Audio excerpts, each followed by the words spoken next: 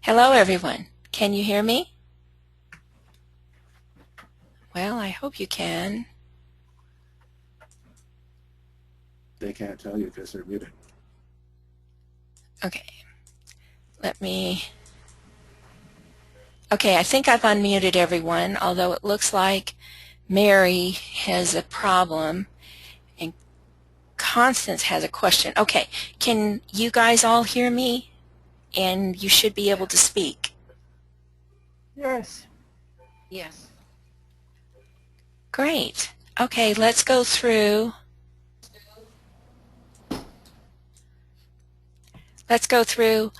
Ani, are you there? And am I saying your first name right? Yes. Yes, thank you. It's Ani. Hello, and welcome to our webinar. Thank you. Constance.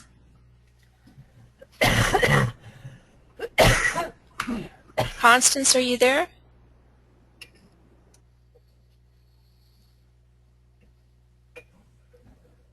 I show a question for her. Let me see if I'm smart enough to, yes, I can hear. Okay. All right, good.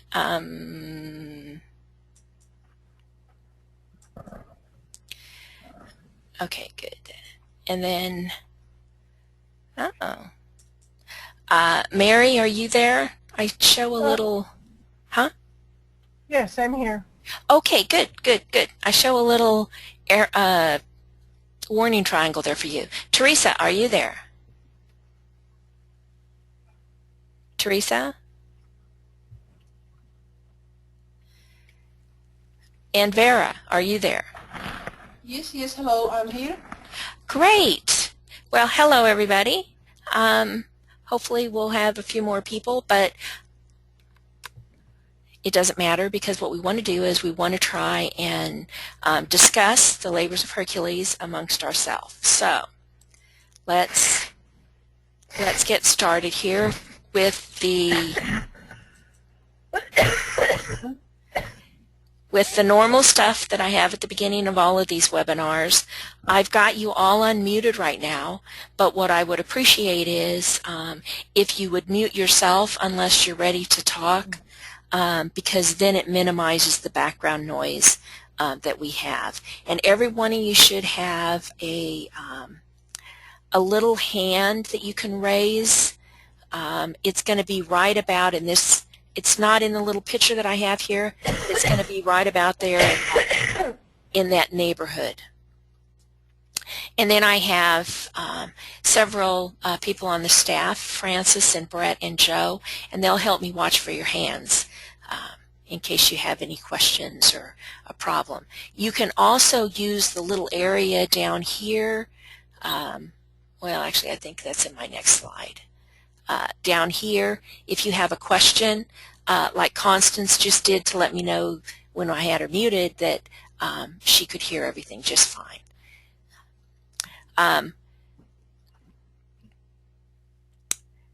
There is going to be a little brief pause after you've been addressed as the sound waves make it from one end to the other.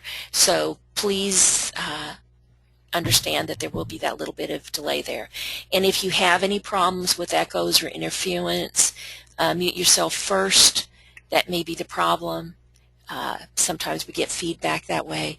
If not, use the question or message function down at the bottom. Okay? Now let's see what we've got here.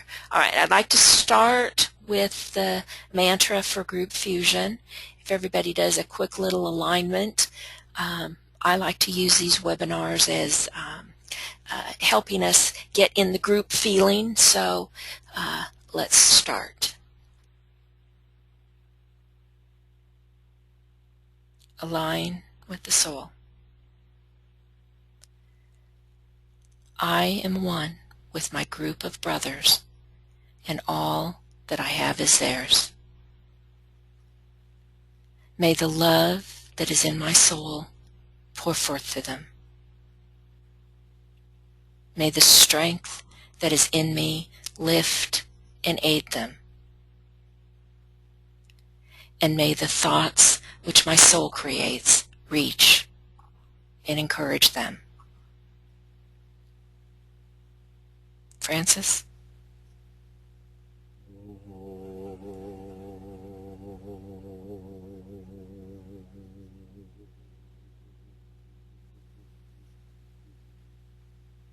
Thank you. Francis is much better at the ohms than I am. Okay. So, as you all know, we're here discussing the labors of Hercules, and I did send you out the little excerpt for those of you who don't have the book, so I hope everybody's had a chance to read the Taurus Labor, which we're discussing today. And I know I have this every week or every month, but it's well worth repeating. I just love this phrase. Why study the Hercules myth? Because the progress of a world disciple is illustrated in the heavens by the labors of Hercules through the zodiacal signs. It is as though God had pictured in space his plan for the working out of the evolution of the human spirit back to its sources.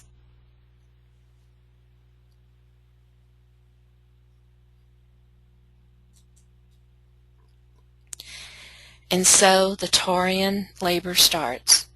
The presiding one spoke to the teacher of man, whose light shone forth amongst the sons of men, who are the sons of God. Where is the man who stood with power before the gods, received their gifts, and entered through the first wide open gate to the labor at his task? He rests, O great presiding one, and ponders on his failure, and mourns for Abderus, and seeks for help within himself. It is well. The gifts of failure guarantee success when rightly understood.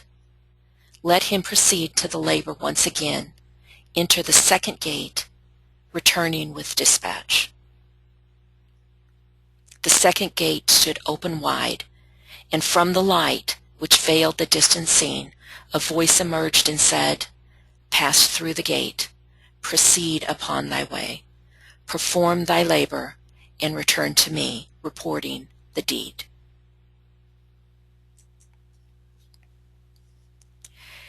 Would one of you like to give us a capsule review of this particular labor?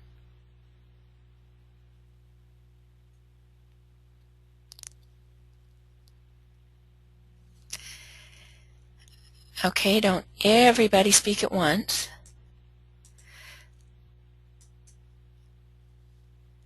Okay, let me start. The myth. A sad Hercules slowly passed between the second gate into the light shining from the sacred bull. No instructions were given as to how this task was to be accomplished, and all that he knew was that the bull was sacred, that it was born from the sea, and that its destiny was to be offered in sacrifice to Minos, king of Crete. Hercules traveled to Crete and searched all over the island, pursuing the bull from place to place in the great maze, guided by the light shining from his forehead, until at last he cornered it. In the shining light he rode the bull across the water to the city of the Cyclops. 7 sisters were singing and urging him on his journey, and 3 Cyclops, great sons of God, awaited him at the holy place, watching his progress. "He comes with strength," said Brontes, and he went to meet Hercules on the shore. "He rides in the light," said Steropes. I probably mangled that name. "His inner light will brighter be, and fanned the light to flame." "He comes with speed," said Argus. "He is riding through the waves." Hercules drew nearer, urging the sacred bull upon the way, throwing the light upon his trail. What do you think that means? Anybody want to talk about that? He came with strength, he rode in the light, he comes with speed, as the three Cyclops mentioned. And as he completed this task, he was throwing light upon the trail. What does that remind you of?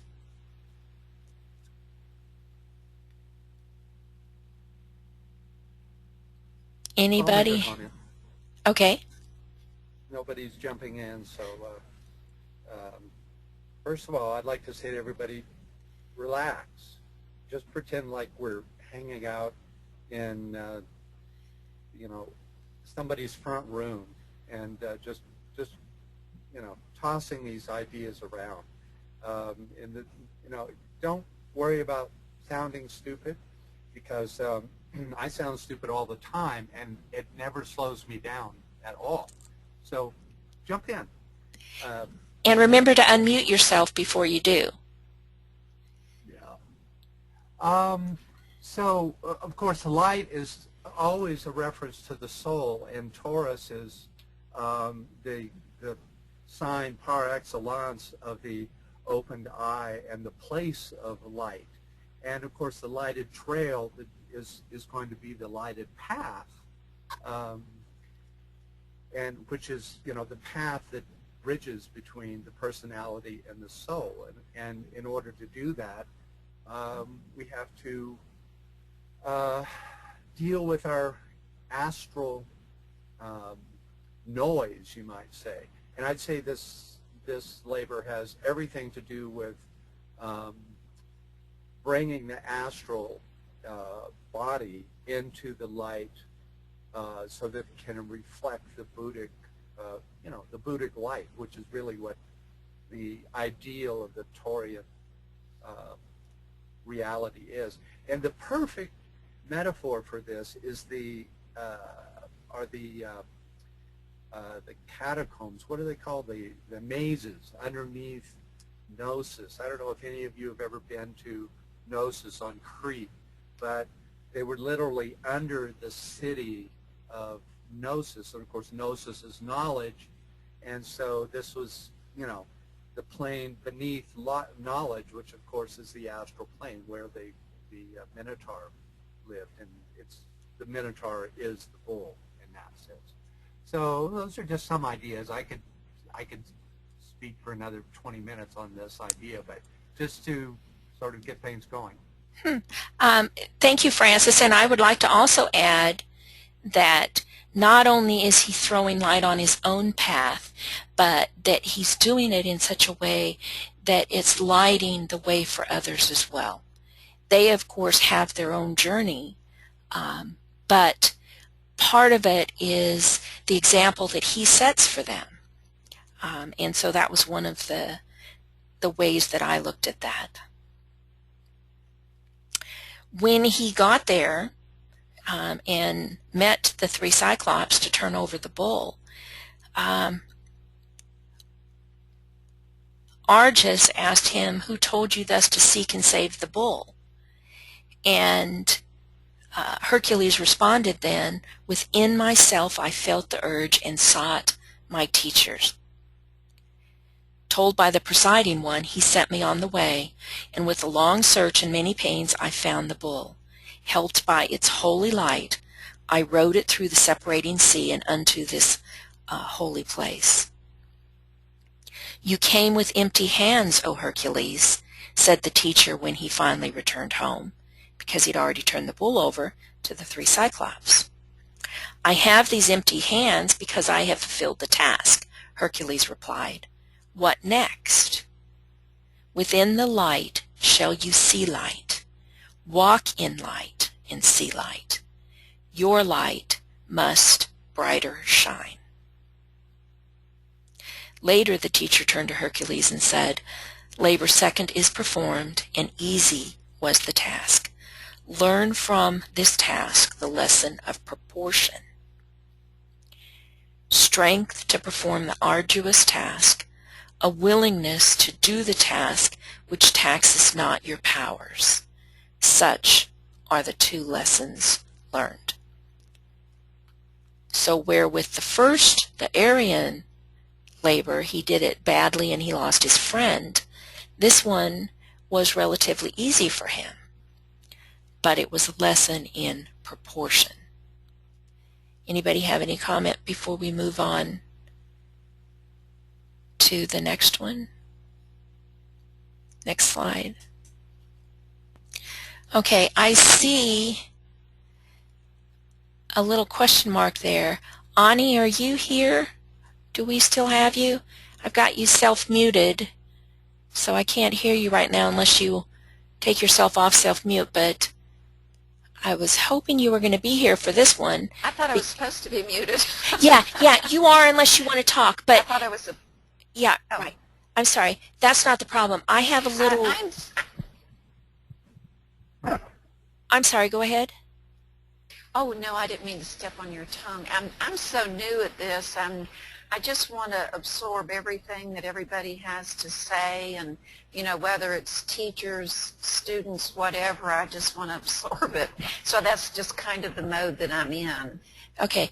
For some reason I have a little warning triangle by your name, yours and Mary's, but that's okay as long as you can hear, because this particular slide, this next passage, has direct bearing on the conversation, the discussion that you have set up on thought forms. Okay, I was about to say I was about to guess about the little warning sign because my cat is into all kinds of mischief right now. So I can't tune him out. So this is great. Yeah, okay. All right, so here So you want with... me to mute myself now? Yes, please, or if you want to stay open and add a question, but let's go through the slide first. Okay. The meaning of the labor. In line with the universal law, Hercules began his work on the mental plane. That was in Aries.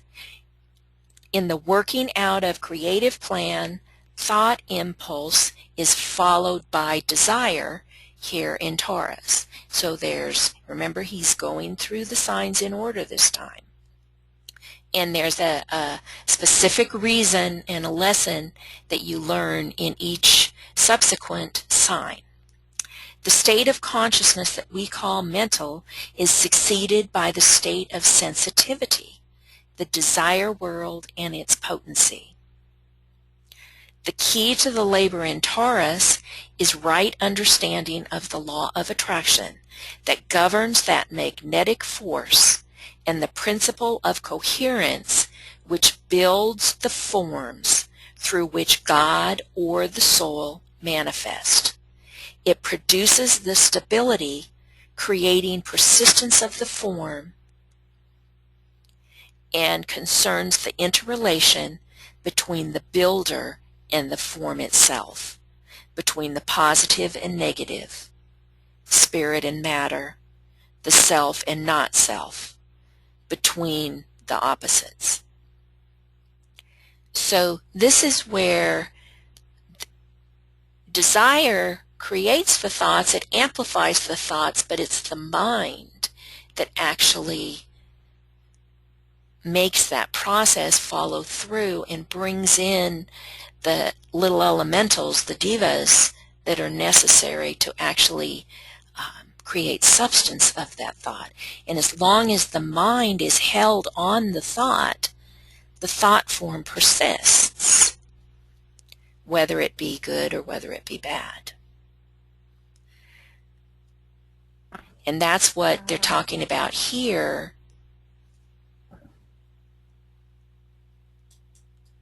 Okay, Ani, I just saw you raise your hand. Yeah, I just thought I'd jump in with a question. Okay, so they never originate at the emotional level. They always originate at the mental level, but they can be magnified because of the emotions. Well, yes, and they can.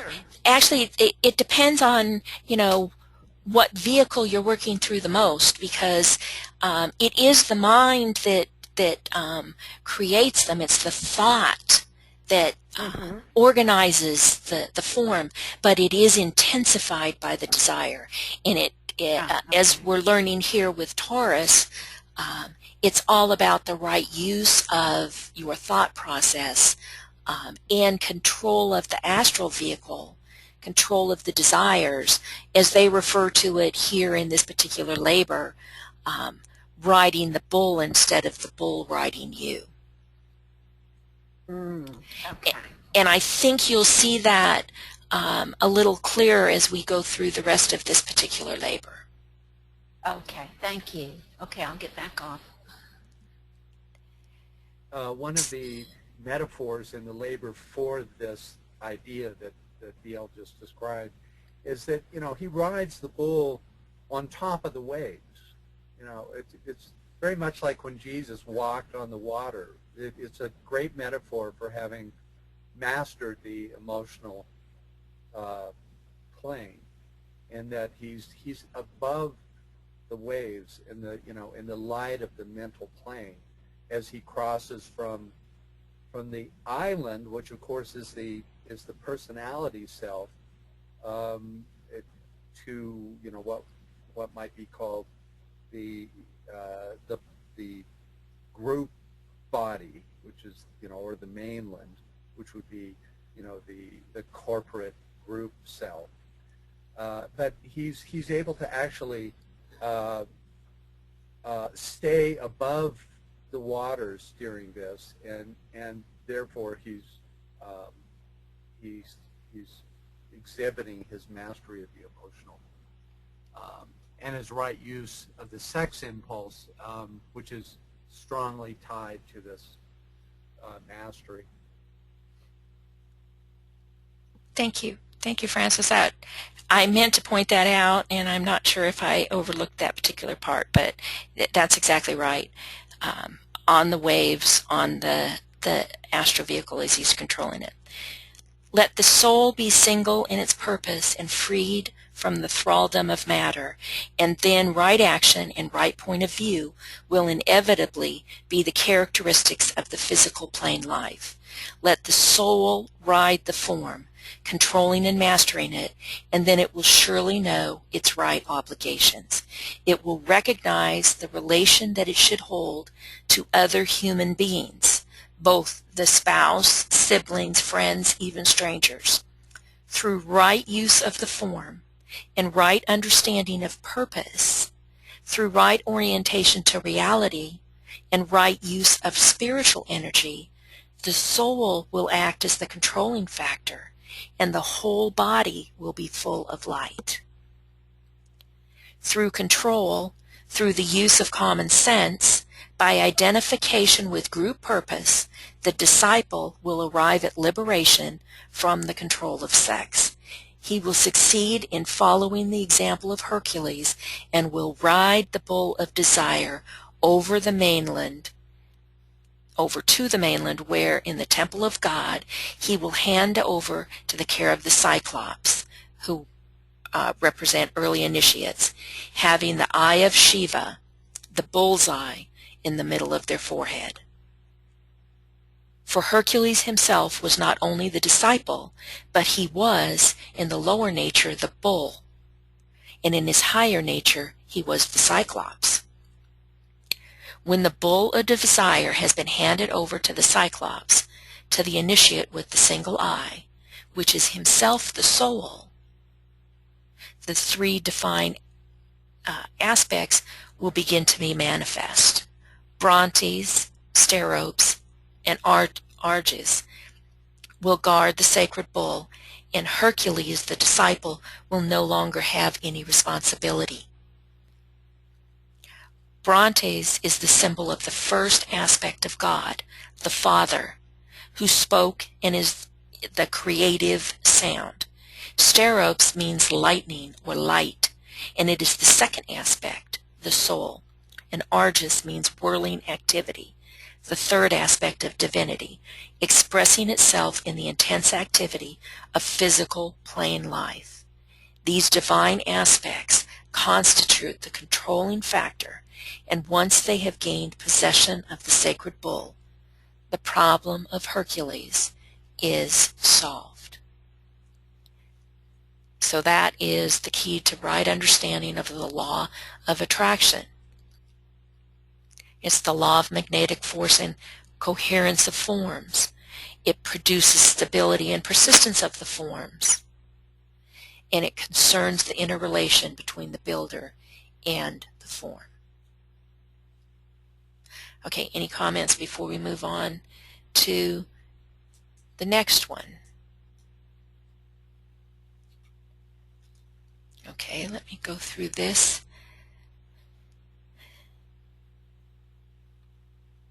Let me see. The nature of the test that we saw here was to achieve right understanding in the law of attraction and to control matter. This way, matter is raised up into heaven.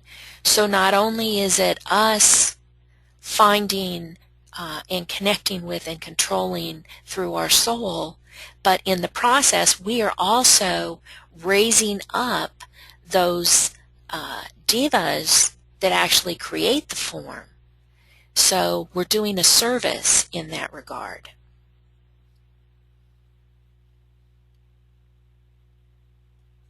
The aspirant, therefore, is tested in two ways. First, as to the caliber of his animal nature and motives underlying its utilization. That's the test of sex. He is tested as to the attraction which the great illusion can exert over him. The Maya and the great illusion are but two aspects of the same force, that of attraction. One as it manifests on the physical plane, and the other as it expresses itself in the emotional desire nature. So this gets back into what Francis was talking about, what I was talking about, that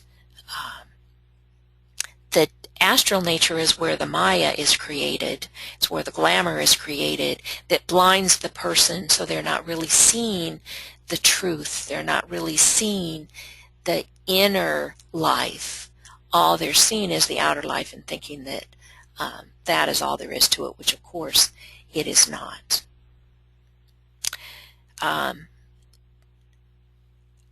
So we have the test of sex, and then we have the theme of illumination also throughout this Taurus labor. Taurus is on the fixed cross of the heavens, and it is the cross of the disciple. As the book says, the sky is mystically spoken of as the temple and the eternal consciousness of God.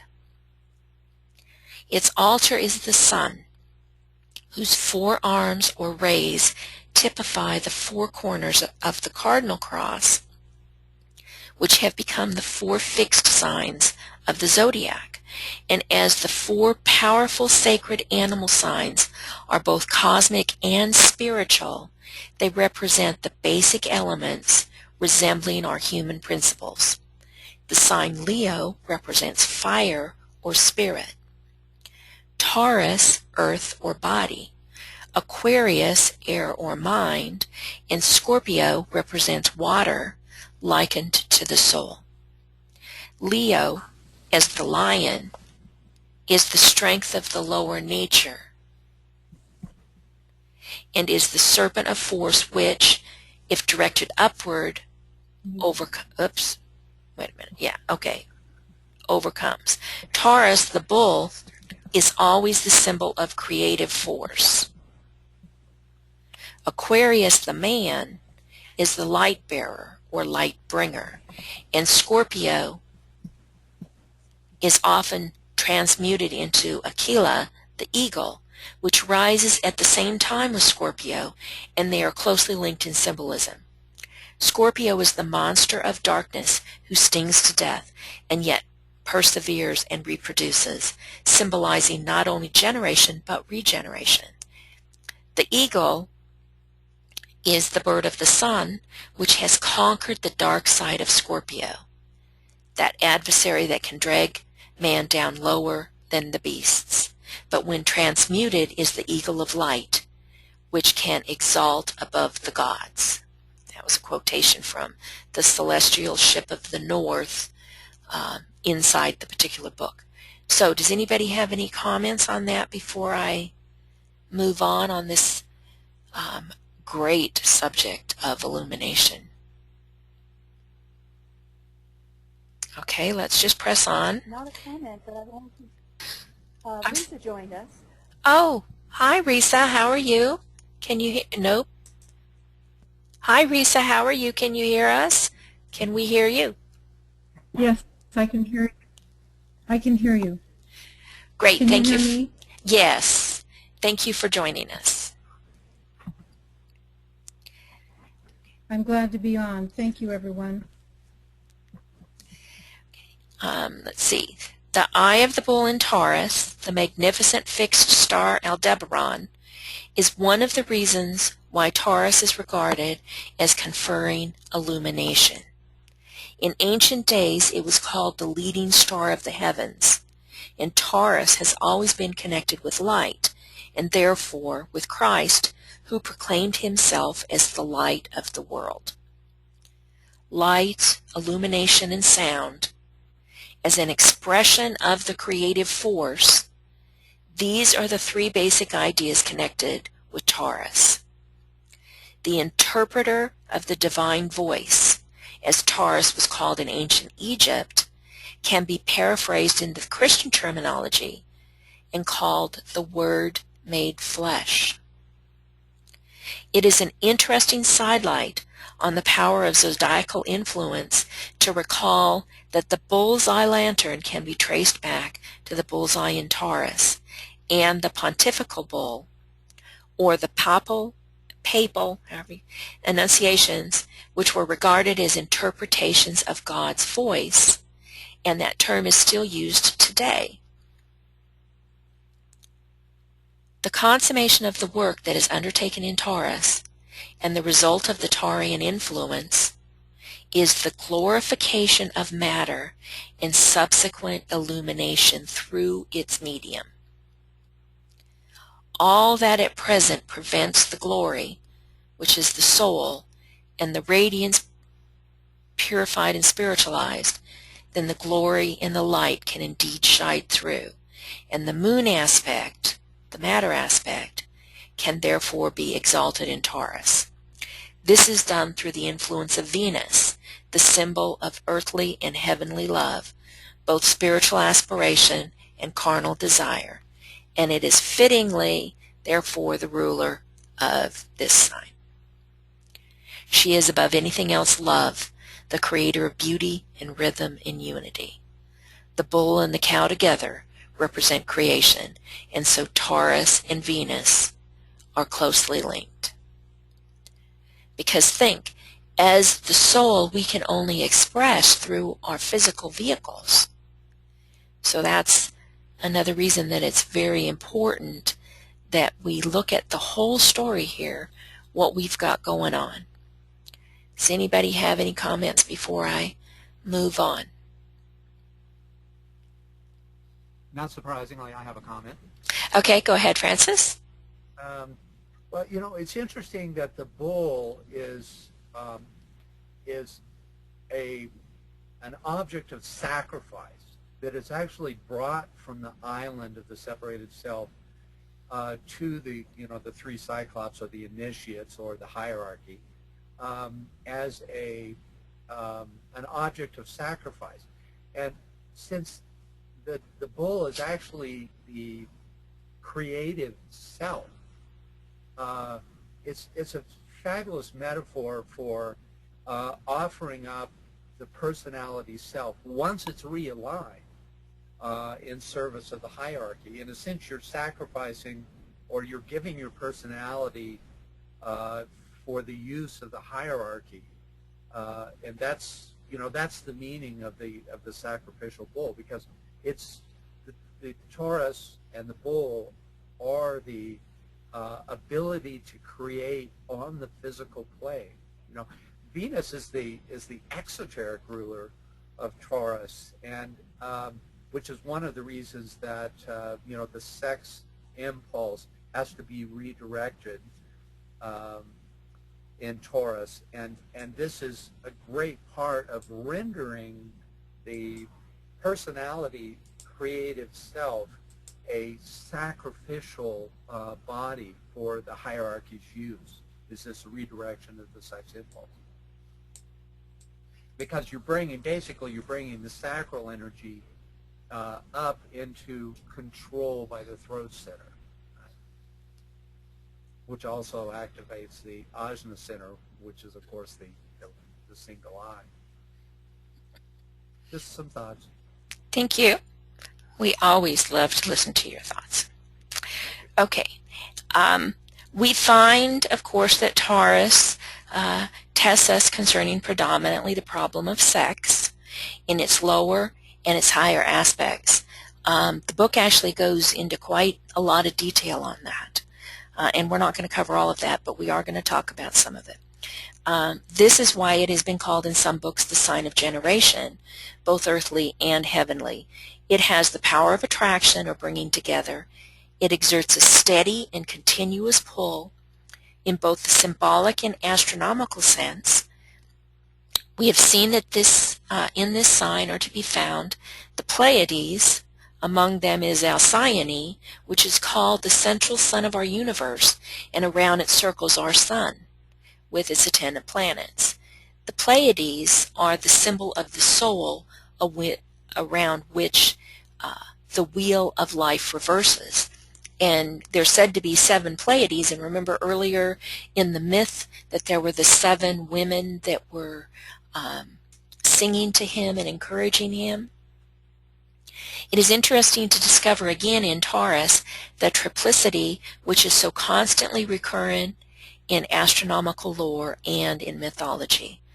So we saw that Taurus represents form and the attractive pull of matter, that the Pleiades representing the soul and the vast recurring cycle of experience, and the lost Pleiad is a symbol of the obscuration of spirit,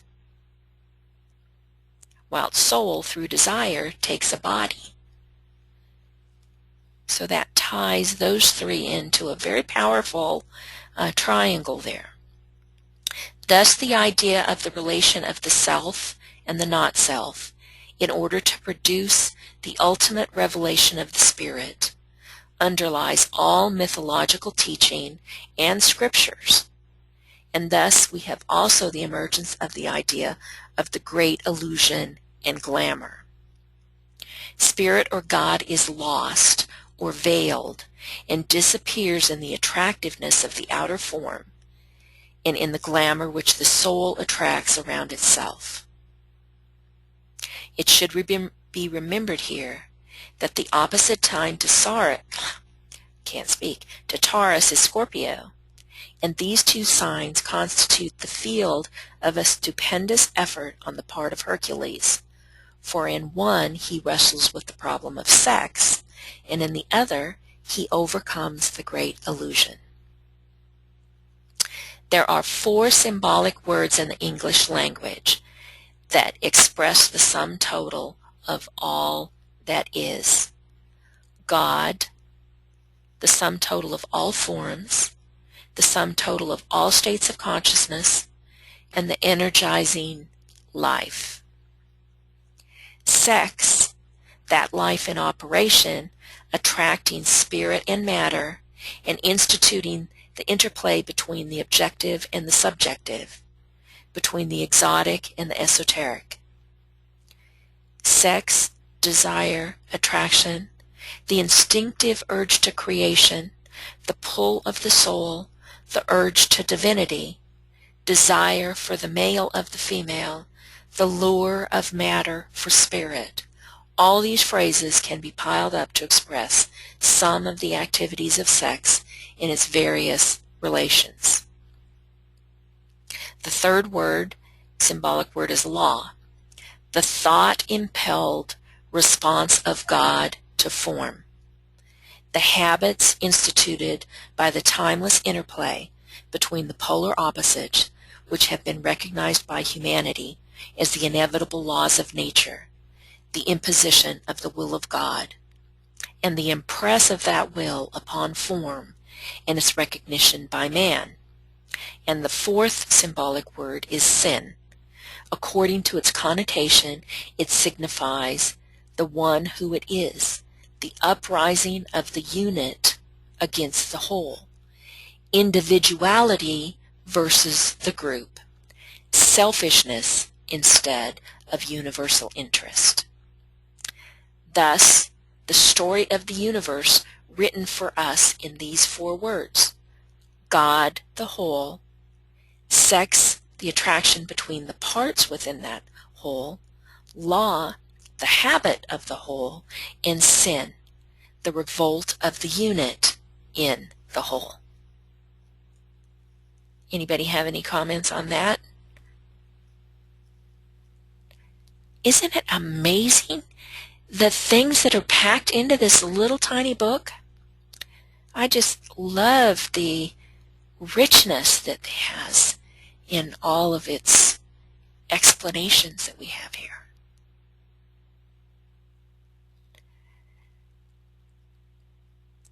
The remainder of... Comment about sex. Okay.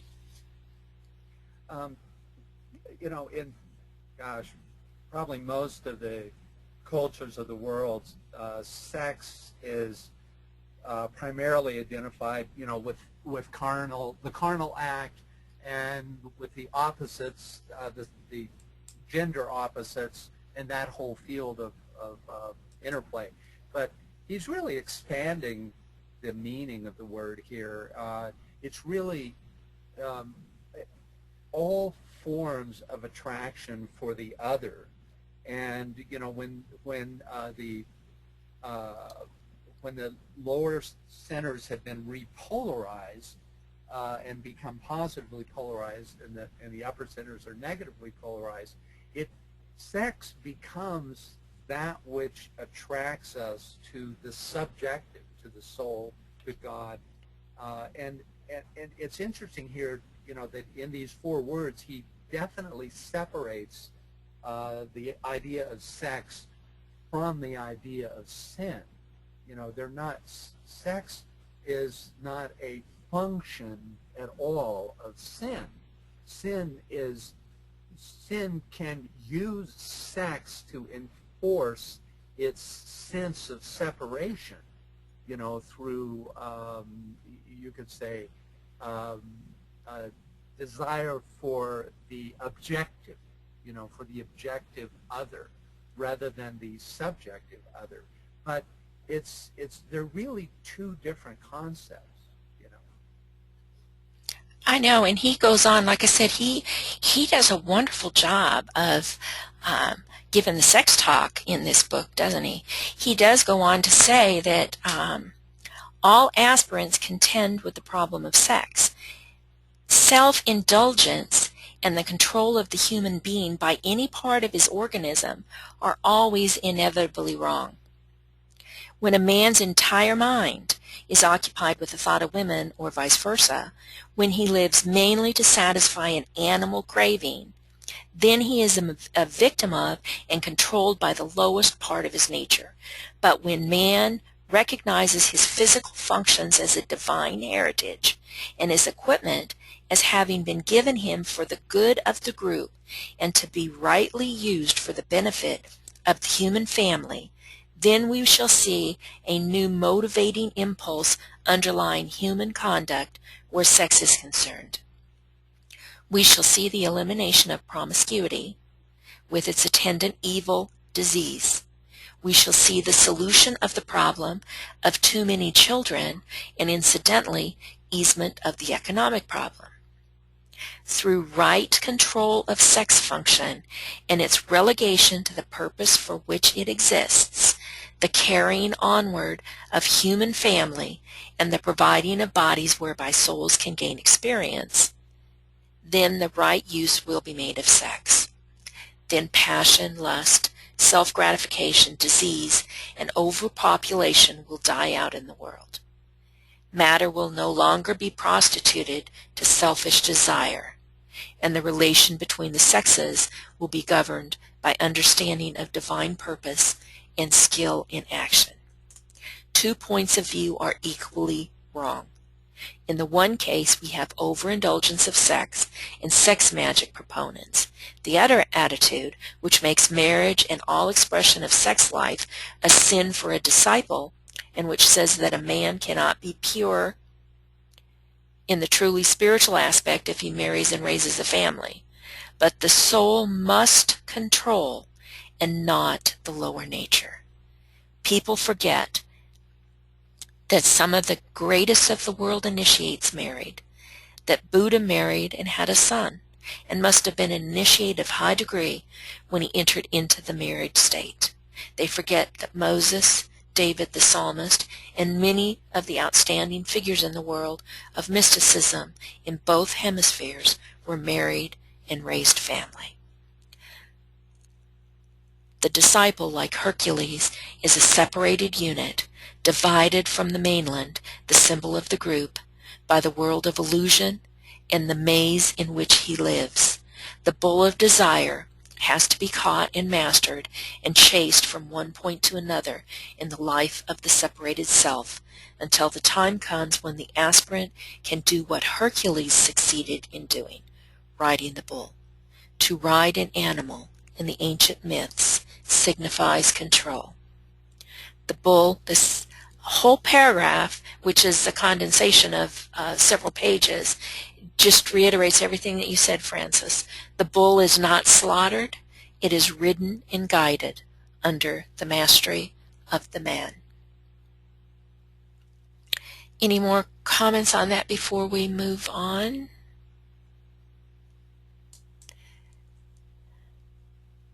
One comment about gnosis on Crete.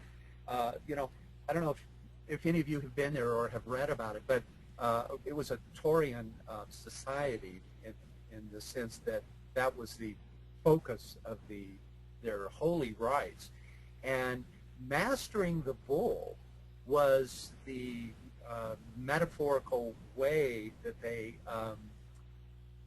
they showed the mastery itself. You know, and they had these amazing athletes that would run straight at a bull and grab the horns and catapult themselves over the bull to, you know, show their mastery of this. It's kind of interesting. And all this is done in gnosis, which is, of course, the mental plane. It's, you know, I always have to laugh when people think that these old cultures were primitive. You know, here they were working directly with these occult concepts in a way that, you know, far exceeds what our society is doing today. Right, it's the mythology, it's the archetype that we see often also in the stars with the naming, the random naming, as if that ever happened, with the planets and then the stories that go along with them. Let me see, I just have one more little passage here to read, and then I'd like to discuss the slide that we've got up here. There are potencies and fallacies hidden in the human being that, when developed and unfolded, may bring new powers to bear upon this problem. But in the meantime, what shall the aspirant do? And then he gives us 3 suggestions.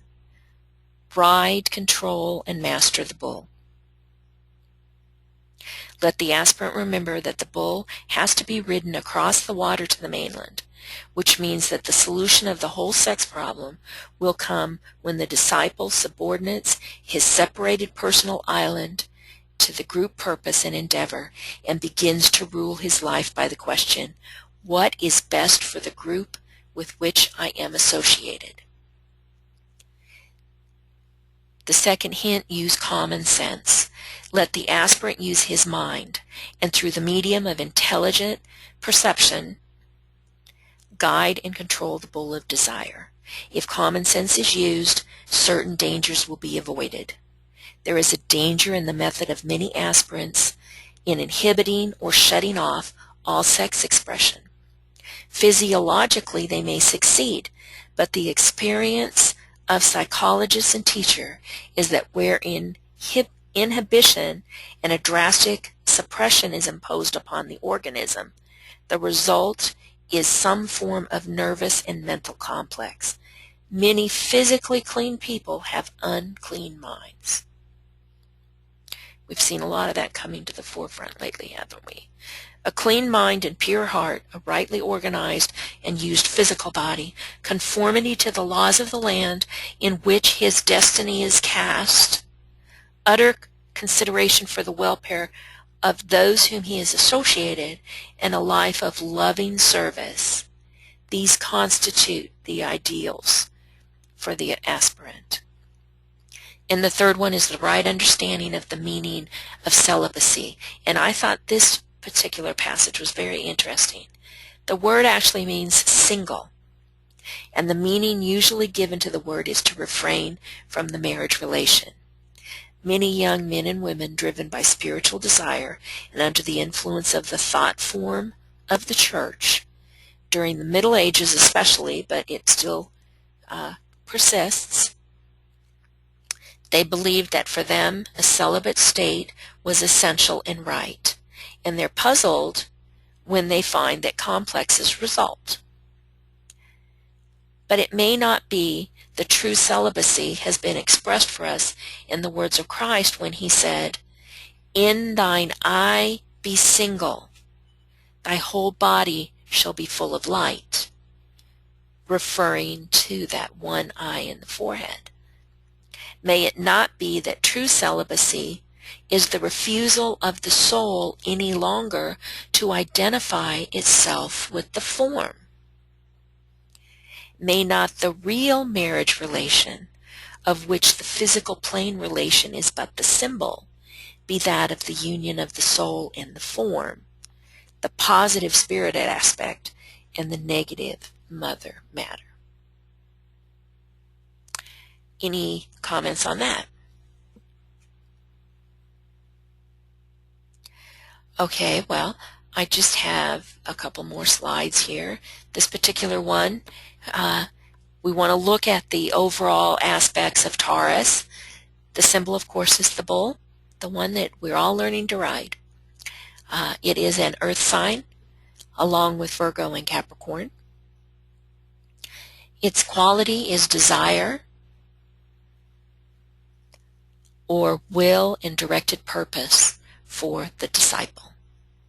Its polar opposite is Scorpio, a water sign that is the conflict of duality, desire overcome, and the triumphant disciple.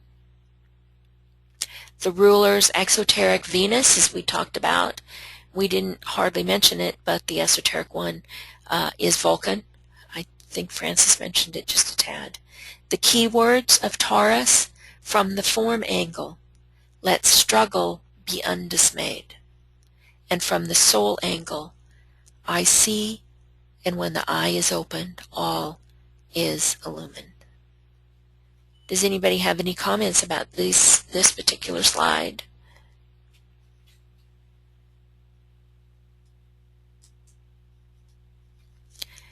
And so we see through the first two signs, two of the four preparatory signs, that in Aries he was equipped with the faculty of mind, and in Taurus with desire, but then he had to learn how to overcome that desire and use it for soul purposes.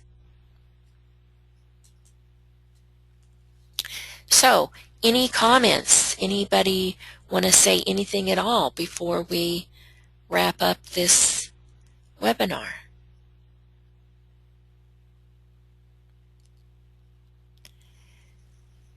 You guys are a very quiet group. Oh, Vera, hold on.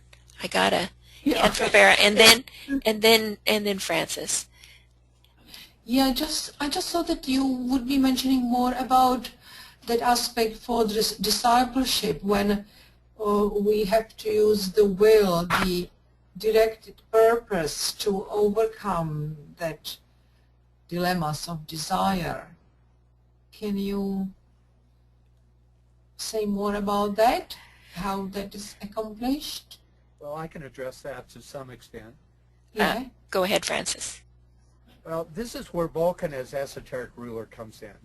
You know, when you move from the lower aspect of Venus and the fifth ray, which is lower mind, and the enlivener of kama manas, which is mind desire, and you come under the influence of the first ray quality of Vulcan, then you bring with that the ability to respond to one of these 4 keywords, which is law. And law is the right use of the form nature. It's the form nature governed by spirit or by the life aspect. And that, in a sense, when you come under the influence of Vulcan, which of course is, if there was ever a metaphor for the single eye, Vulcan is perfect. It's it's etheric in its nature, and it's considered to be one with the esoteric quality of the sun itself. So this is, and at the same time that this happens, or as a result of this response to the esoteric ruler of Taurus, you begin to experience the shifting of the chakras in terms of their polarity, so that the you can't just huff and puff and through discipline overcome the lower 3 centers. You actually have to substitute your orientation to the higher centers, the heart, the throat, and the head center, in order to achieve this goal that's put forth by Taurus. It can't be done just through negative orientation, that is to say, by trying to suppress, but rather through reorientation of the centers. And so these 3 things go together, which is, the response to the esoteric ruler, which is Vulcan, and therefore the adherence to the law, and then this shift in the polarity of the centers, where you're drawing or are negatively polarized in the higher centers. That just means that you're responsive to the subjective realms, and you're positively polarized in the lower centers. That means you're expressive in the world of the 3 lower worlds of humanity. Thank you, Francis, and I would also like to add that the illumination aspect plays into it too, because as we see more of the inner reality and less of the outer illusion, as we control that more, we're then more willing to sacrifice ourselves for the group good. That was one of the themes that they talked about in there, was asking that question, what is best for the group with which I am associated? And once you stop that self-focus and focus more on the group, it then changes your outlook. It goes hand in hand with the processes that Francis was talking about, but it also is a method that makes you willingly want to work for that greater good and forget the little self in that process. Ani has a... I'm sorry, were you going to say something, Vera? No, I'm satisfied. I did like the Francis explanation about how actually we become responsive to the will aspect within us, and it is quite a very special and quite different process to focusing on the whole. Thank you for the explanation. Yeah. Okay, Ani, you had a comment? Ani? You might want to unmute yourself. No, you're not muted. Sorry, I was muted. I was gabbing away. You mentioned earlier about the thought form of the church. Now, for that to originally be formed, did that come from a higher level, would you guess, or was that created by humankind?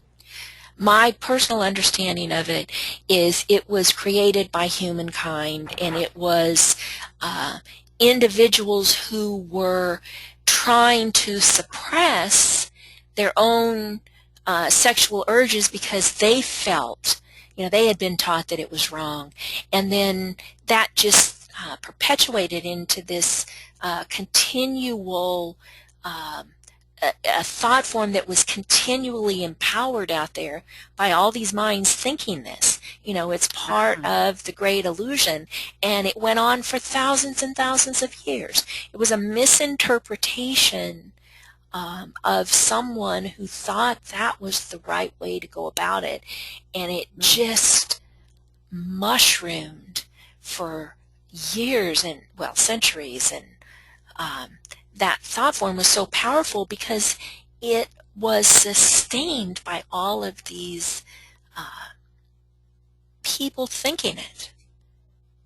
It was actually Paul of Tarsus that was, we're told, the Tibet actually tells us that Paul of Tarsus, who later became a master and is now Hilarion, and Yeah.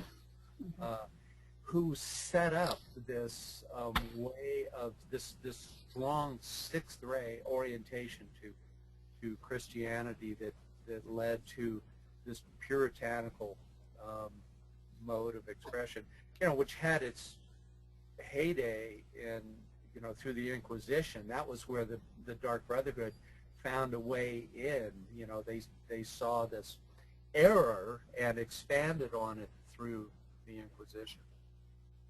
Oh, you know, I thought he was just influential in the spiritualist movement, so this is fascinating.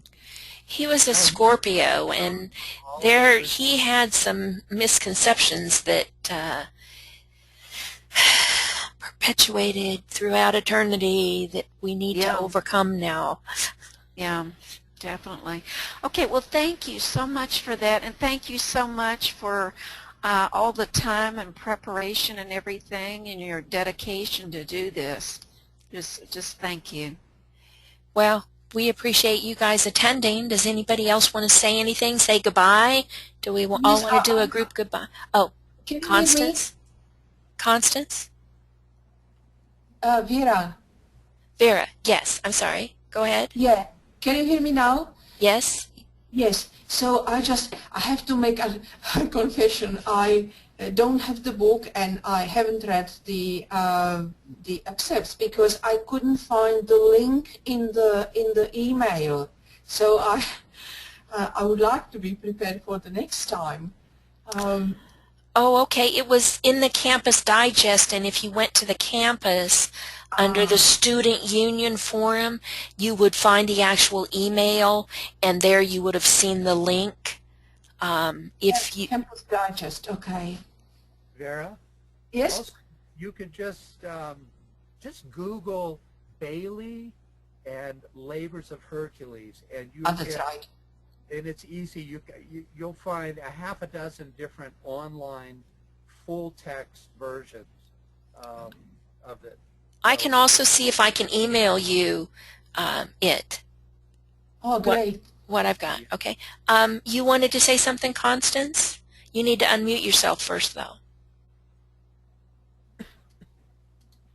She doesn't have a microphone, I guess. It's in the question section. Oh.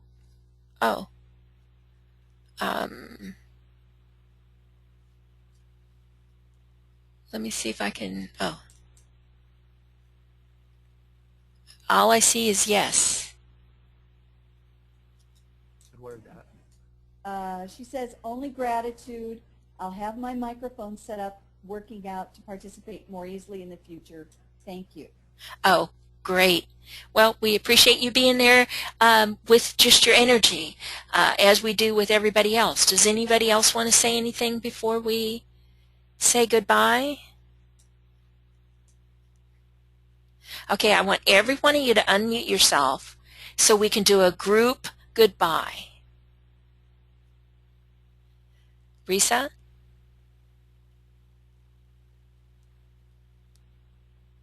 There we go. Okay, everybody, say goodbye.